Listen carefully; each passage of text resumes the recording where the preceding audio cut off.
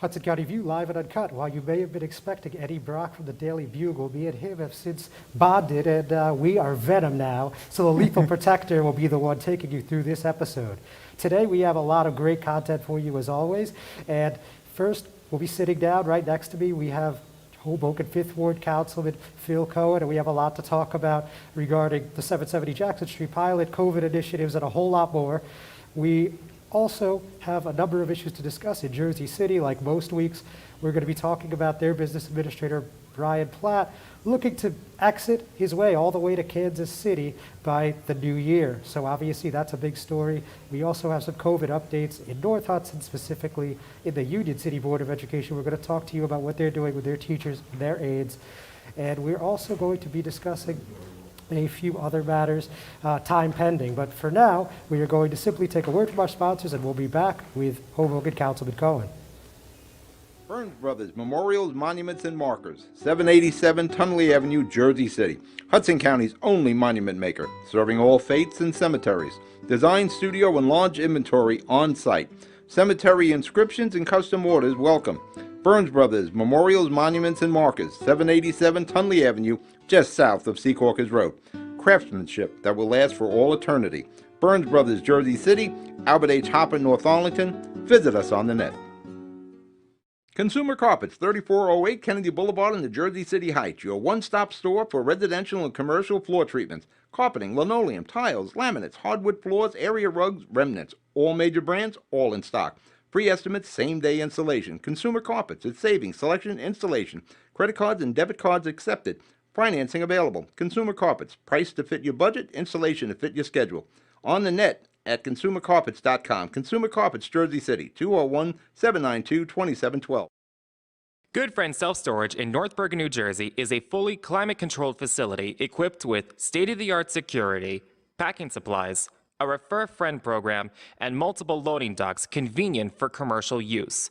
Located just off of Route 3 at 4301 Tunley Avenue, Route 1 and 9.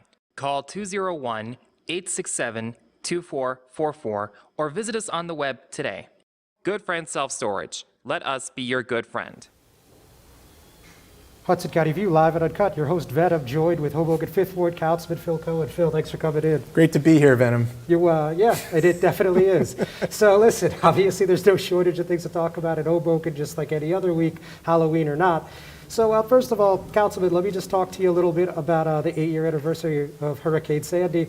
I'm sure we could talk about this for the whole segment if we had to, but just briefly, when you're reflecting on what happened back then and how far the city has come since that point in time, what comes to mind? Well, John, it is amazing that just 8 years ago, Hoboken was devastated by Hurricane Sandy. I've been active with the Rebuild by Design Committee, and we've been working really hard on Hoboken's $230 million plan to rebuild resiliently. We've had some amazing resilience parks that are under construction in Northwest Resiliency Park, and the 5th Ward that I represent will be the city's biggest park. It will hold about 1 million gallons of water, and it is an amazing national model. So we're trying to rebuild. We're trying to be resilient. It's raining outside right now, and I'm definitely having some flashbacks. But I think we're obviously we built back strong. We've built back well, and with the completion of Rebuild by Design, which we're looking at now, 2022, 2023. We're looking at, hopefully we will be resilient for the long haul, so that if we ever have another event like Sandy, Hoboken will be resilient and be strong for the future. Yeah, and obviously, like you alluded to, I mean, the weather is kind of fitting today, I think, when you're looking at that perspective, right? With that in mind, let's talk a little bit about the 77 Jackson Street pilot. Of course, the payment in lieu of taxes. It was one of the longer council meetings of the year when you guys voted on this recently. Or it was on the agenda, I should say. There was no vote. And as we saw before, the Hoboken Board of Education wasn't really happy with the resolution that was in front of the council. And at the end of the day, as I just said, there was actually no vote. And now there's another letter from the Board of Education, and they said that they felt like they were being used as political pawns. I mean, it was a pretty lengthy one. But nonetheless, they're clearly expressing displeasure that this thing did not get what they felt was proper consideration. So what's your take on this letter from them, and what's your take on what is happening as far as this pilot agreement goes? Well, John, two things. First, in Hoboken, it always seems like there's a mayoral election even when there isn't one, and next year we're going to have one. So I think politics definitely played a part with respect to this resolution. It was disappointing because the day before our council meeting, we got advice from council for the city of Hoboken that the resolution was illegal, that the city wasn't able to make direct allocations to the charter schools. But instead of having the resolution pulled, we had about 3 hours plus of parents who were very concerned and upset about the resolution who spoke on it before there was an actual vote. But we just saw a letter from the Board of Education that you referenced just a few hours ago that expressed very specific issues with respect to some of the representations that were made and misinformation about that resolution, which I think is an important letter that your viewers should read. And it has a lot of information in there that's helpful. I'm digesting some of it myself. But for me personally, I think this issue is going to be coming back specifically next Wednesday's council meeting. Councilwoman Jabor and I will be introducing a resolution to have the entire pilot allocation sent to the Hoboken Board of Education. You may remember, John, at the council meeting, Council Vito Gagliardi for the Board of Education said that there was a way that the Board of Education could work directly with the State Department of Education and allocate the money from the pilot project that should have been levied and gone to the Board of Education, but wasn't because it was a pilot. That money could be allocated across both public and charter schools through a formula through the State Department of Education. The Hoboken City Council doesn't have jurisdiction over Hoboken schools, and we shouldn't be picking winners and losers and trying to determine state formulas as to who gets what. We should get out of this. We should pass the money on to the Board of Education and let the Board of Education work with the State Department of Education to properly allocate that money equitably. Very good. Well, look, I look forward to seeing that resolution, and I'm sure the vote will be as entertaining as always. So, we'll see where it goes, but, just one follow-up on that. So, Sure.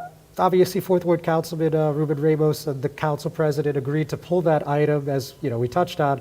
But apparently it was going to be remanded to the Education Committee for further discussions among all parties. Do you know if that's happened yet? I haven't heard anything further about that.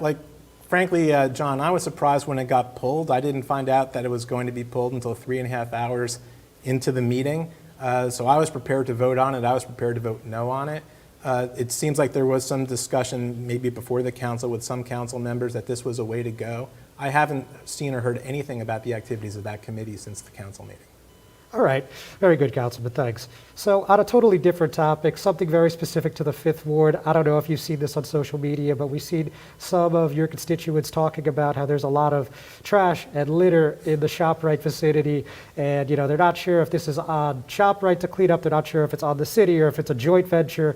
But they wanted to know, what they could do. And look, I know litter's not a main priority for many municipalities right now in the midst of COVID and everything else. But still, we've got a few messages there, and I just wanted to quickly discuss that. Sure. Well, first, my Gmail is hobokenphil@gmail, and I am responsive. In fact, I got a message from a constituent saying that there was trash between 13th and 14th on Adams. I contacted Director Gonzalez. This was adjacent to a parking lot where there were weeds that were growing through the sidewalks and trash.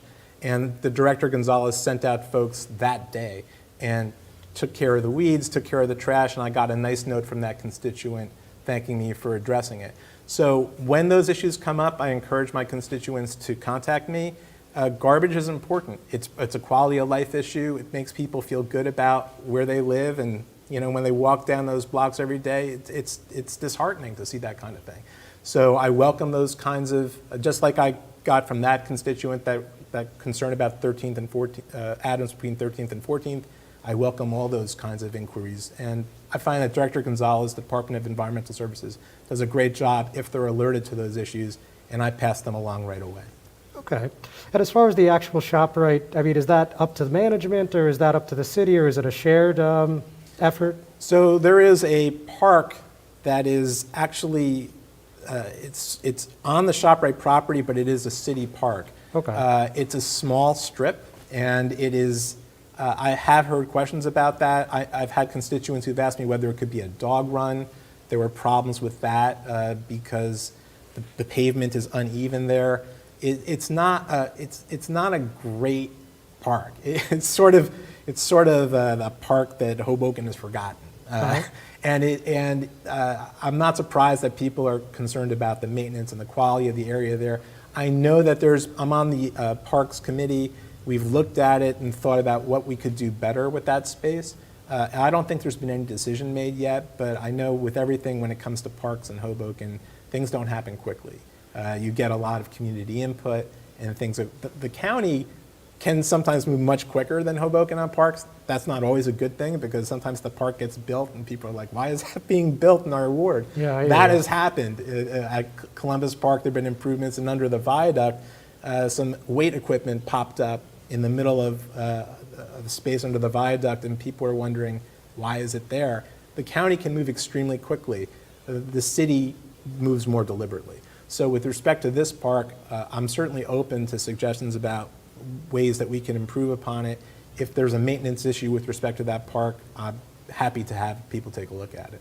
Very good, Councilman. Thanks for that. So we're going to take a quick commercial break. Just give us a moment here, and we'll see you in a few.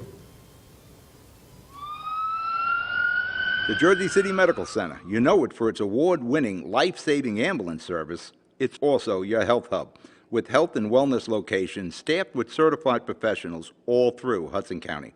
The Jersey City Medical Center, here to help you with your healthy, here when you need us the most. The Jersey City Medical Center. Visit us on the net to learn more. Jersey City Medical Center, Robert Wood Johnson, Barnabas Health Facility. Let's be healthy together. Newport, the luxury waterfront community on the Hudson River, offers a quality of life you deserve in 10 high-rise rental towers with amenities such as the on-site Newport Path subway, light rail and ferry service, Newport Town Square, 3 playgrounds, dog run, upscale restaurants, retail giants like Sears, JCPenney, Macy's, and Target. Morton Williams Supermarket is just outside your front door. A health and fitness club, spa, skating rink, and medical facilities are also on site. NewportNJ.com. Enjoy the New York skyline from Newport Town Square. Manhattan is just one path stop away or quick ride through the Holland Tunnel. Nursery and private elementary schools all on site. 12-screen movie theater at the Newport Center Mall. Want to visit Newport? Stay at the Westin or Marriott Hotel. Go to NewportNJ.com for details. Newport has luxurious towers, great restaurants, shopping, New York skyline views, schools, playgrounds, a marina and yacht club, gym, spa, fine wine, fine living. It's incredible. It's you. NewportNJ.com. Newport, live like you want. Hudson County View live and uncut. John Arhida said I'm still here with Hoboken 5th Ward Councilman Phil Cohen. Phil, thanks again. So we just wrapped up talking about what's going on, some quality of life issues in your ward.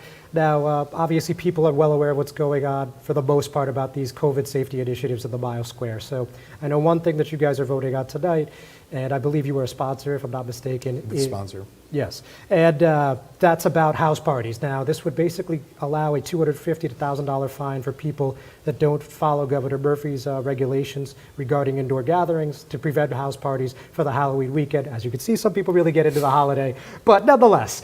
So why do you think that this is important, relevant, and appropriate at this time? Sure. Well, Governor Murphy has an executive order with respect to indoor gatherings.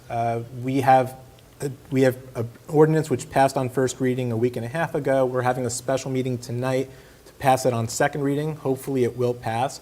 The idea here is that when we have increased COVID positive tests in Hoboken, I checked with City Hall before I came over, we're now up to 974 known cases. We've had a number of days in the last 2 weeks, 10, 11 cases, new positive cases a day.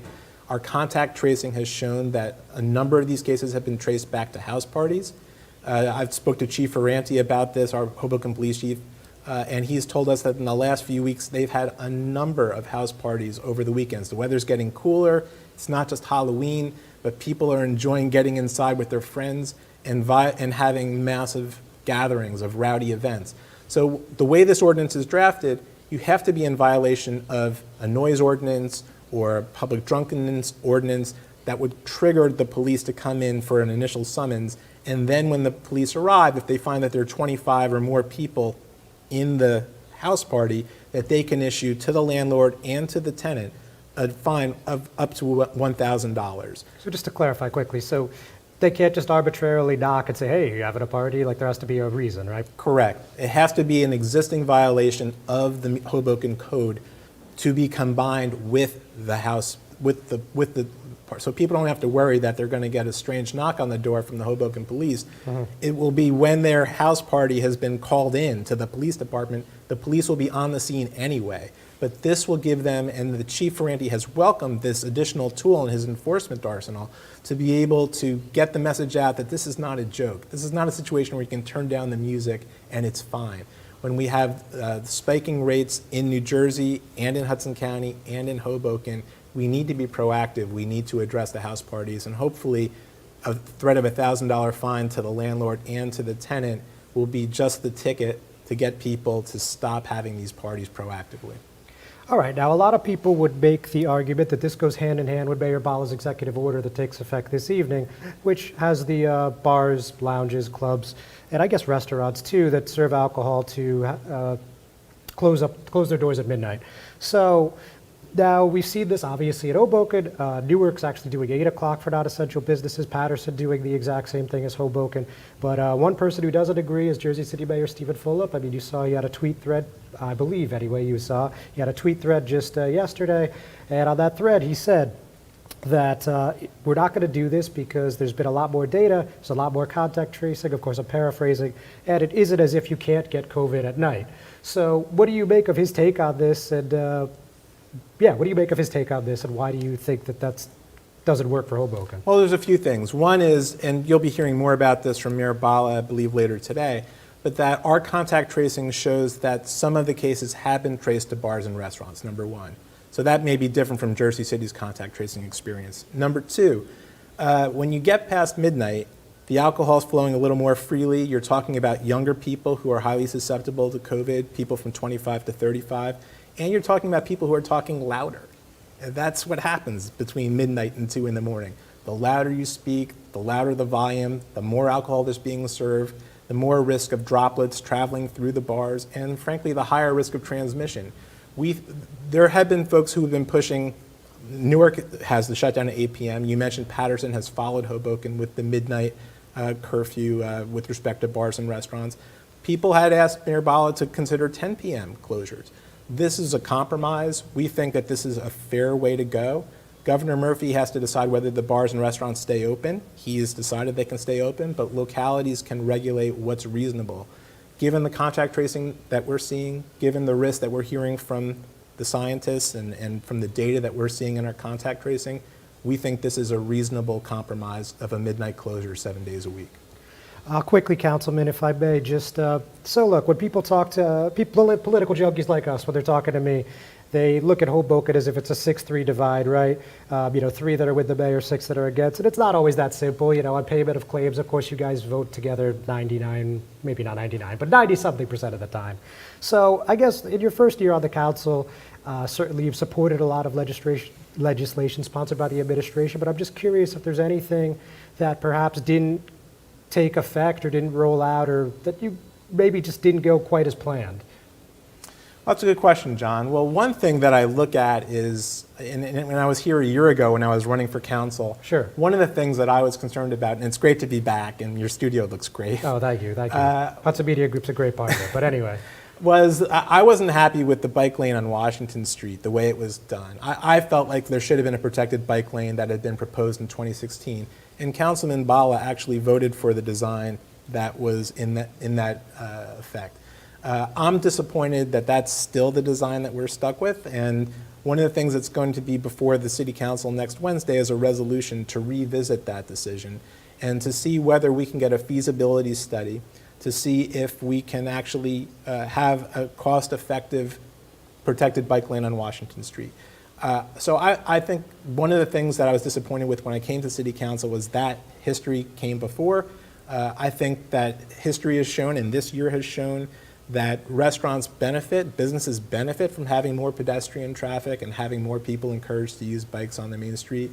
So I think that's one thing that I would like to see done differently and better. I realize fiscal times are tough, but that's something that I'd like to see if maybe on the agenda for next year, we could look at taking a new look at whether it's feasible without breaking the bank because Mayor Fulop in Jersey City has done a great job on protected bike lanes, putting them up and getting them throughout Jersey City. I think we can emulate that example in Hoboken without breaking the bank. Got it. But- We're going to end it there, Okay. Councilman. Thank you so much. I really appreciate your time. Enjoy the long weekend. And ladies and gentlemen, we'll be right back. Most women who give birth recover without problems, but any woman can have complications after the birth of a baby. Learn the post-birth warning signs, such as fever, headache, chest pain, shortness of breath, increased bleeding, or thoughts of hurting yourself or someone else. Knowing these can save your life or the life of someone that you love. Trust your instincts. If you feel something is wrong, call and get evaluated by your healthcare provider. If your symptoms get worse or you do not hear back from your physician, call 911 or go to the nearest emergency room. RWJ Barnabas Health. Let's be healthy together.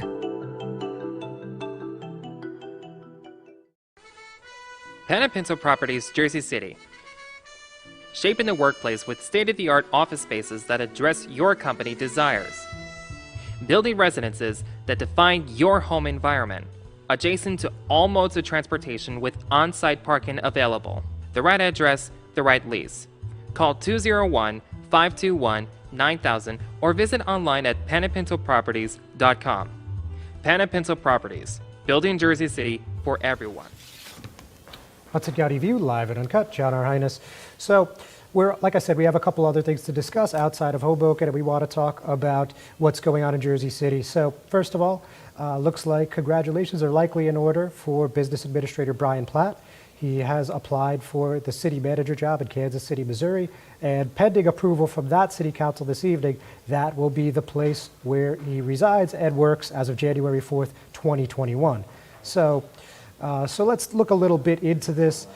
You guys have known that Brian Platt has been the BA since 2018. He took over the acting title after being the city's chief innovation officer, after starting that department in 2013, and he was one of the people that made sure that this ran smoothly. Again, he was the head of that department until becoming Act BA in 2018.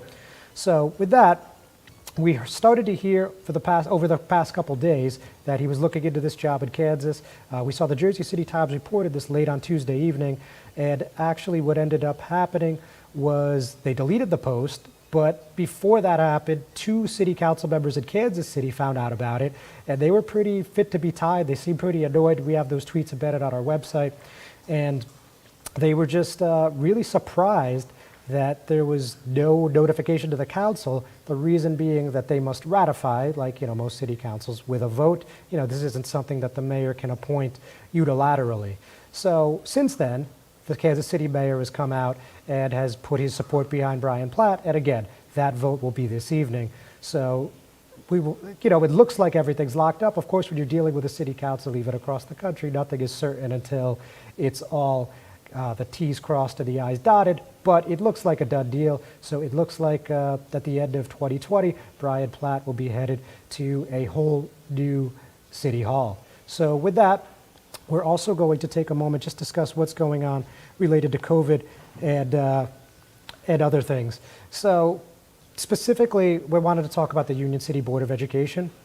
And regarding that, there was a robocall, and there was also a email that went out, on Sunday evening, and that said that the teachers and the aides would not be coming in until further notice, and it also said that non-instructional staff would be heading to a staggered schedule, which would be determined by their administrators. So with that, we haven't heard much else. We haven't heard anything about any staffers or any other people inside the building testing positive for COVID students, anybody like that.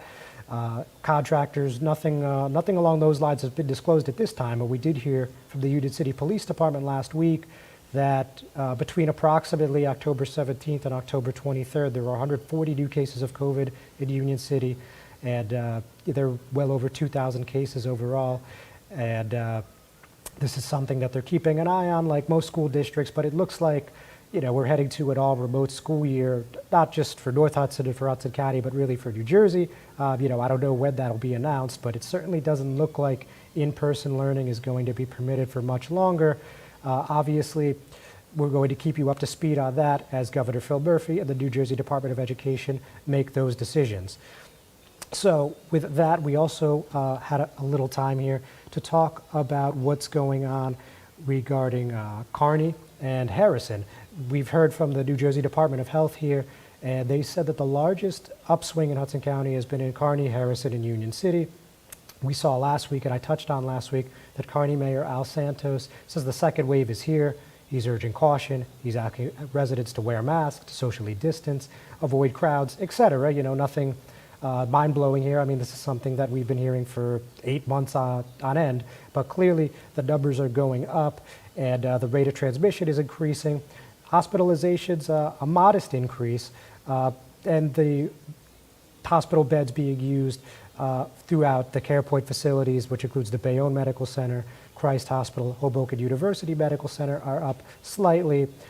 We were awaiting numbers about Hudson Regional Hospital, and I'm sure those will be coming any day now. So that's one thing that obviously everyone needs to keep an eye on, especially heading into this Halloween weekend, where clearly there's going to be a desire for people to want to go out and celebrate, hence what we're seeing in Hoboken and some other cities throughout the state. Beyond that, we also wanted to take a moment to discuss what's going on in another part of Hudson County, Bayonne. Bayonne has pointed out, and a lot of people have pointed this out throughout New Jersey, that you could still vote in person on November 3rd. Of course, Tuesday, the polls are open from 6 a.m. till 8 p.m. The thing there is that if you're going to be voting, you're going to be voting via a provisional ballot unless you're disabled. The only people that can vote on the machines are people that are disabled. Otherwise, you'll be submitting a provisional ballot. So obviously, there's a big discussion that has largely been due to President Donald Trump questioning the integrity of this election, and other Republicans really throughout the country too, and questioning the integrity of the election due to vote-by-mail ballots. And as we know, this election will be contested primarily via vote-by-mail ballots due to an executive order by Governor Phil Murphy, just like he did for the July 7th primary. So with that in mind, the city of Bayonne gave all 9 locations of where you could vote in person on Tuesday. That's on our website. It's 3 for Ward 1, 3 for Ward 2, 3 on Ward 3. So, just something to keep in mind if for whatever reason you haven't been able to get to your postal office, that they're probably not going to be the place to be, because now with so little time remaining, it makes more sense to either go in person or to use your drop boxes, your municipal drop boxes, multiple locations in many municipalities. So with that, we're going to say thank you very much again for joining us. It's always fun, and everyone have a very happy Halloween weekend.